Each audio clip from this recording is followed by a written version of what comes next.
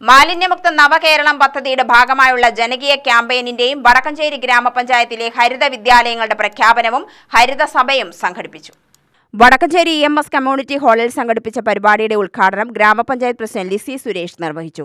2008 മുതൽ നമ്മുടെ കുടുംബശ്രീയുടെ നേതൃത്വത്തിൽ ടൗണിലും അതായത് മംഗലപാലത്തെല്ലാം കടകളിൽ നിന്ന് പൊതുവായിട്ട് കിടക്കുന്ന മാലിന്യങ്ങൾ ശേഖരിച്ചു കൊണ്ടുവന്ന് നമ്മുടെ മാലിന്യ സംസ്കരണ കേന്ദ്രമുണ്ട്, അവിടെ മാലിന്യങ്ങൾ നിക്ഷേപിക്കുന്നുണ്ടായിരുന്നു. പിന്നെ മുൻപ് തന്നെ അതിന് പഞ്ചായത്ത് പറഞ്ഞ കാലഘട്ടങ്ങളിൽ തന്നെ അല്ലാതെയുള്ള ടൗണുകളിൽ വടക്കഞ്ചേരി ഗ്രാമപഞ്ചായത്ത് ടൗൺ പ്രദേശമായതുകൊണ്ട് ടൗണിലെ കടകളിൽ നിന്നുള്ള എല്ലാ മാലിന്യങ്ങളും പൊതുവായി കിടക്കുന്ന റോഡ് സൈഡിലുമുള്ള എല്ലാ മാലിന്യങ്ങളും നമ്മൾ ഇവിടെ മാലിന്യ സംസ്കരണ കേന്ദ്രത്തിൽ കൊണ്ടുവന്ന് നമുക്കവിടെ സംസ്കരിക്കാറുണ്ട്. പക്ഷേ അതിനുശേഷം ഇപ്പോൾ 2020 മുതലാണ് നമ്മൾ ഹരിതസഭ, 2021 ഹരിതകർമ്മസേന, നിങ്ങൾക്ക് എല്ലാവർക്കും അറിയാം, ഹരിതകർമ്മസേന ഓരോ വാർഡിലും പ്ലാസ്റ്റിക്കും ജൈവമൊന്നും ശേഖരിക്കുന്നില്ല.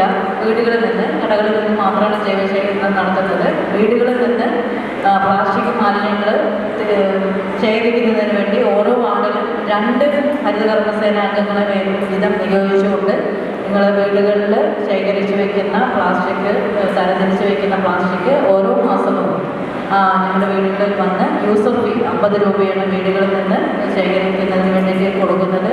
50 രൂപ ശേഖരിച്ചുകൊണ്ട് 2 ഹരിതകർമ്മസേന അംഗങ്ങൾ വീടുകളിലും സ്ഥാപനങ്ങളിലും, നമ്മുടെ വാർഡുകളിലും സ്ഥാപനങ്ങളിൽ നിന്ന് കൃത്യമായ കണക്കിൽ ഉള്ള കാര്യങ്ങൾ ചെയ്തുകൊണ്ടിരിക്കുന്നുണ്ട്. സ്ഥിരം സമിതി അധ്യക്ഷ രശ്മി ഷാജി അധ്യക്ഷയായി. വിദ്യാഭ്യാസ standing committee chairperson advocate K Sreekala, panchayat അംഗങ്ങളായ കെ മോഹൻദാസ്, സുമിത ഷഹീർ എന്നിവർ പ്രസംഗിച്ചു.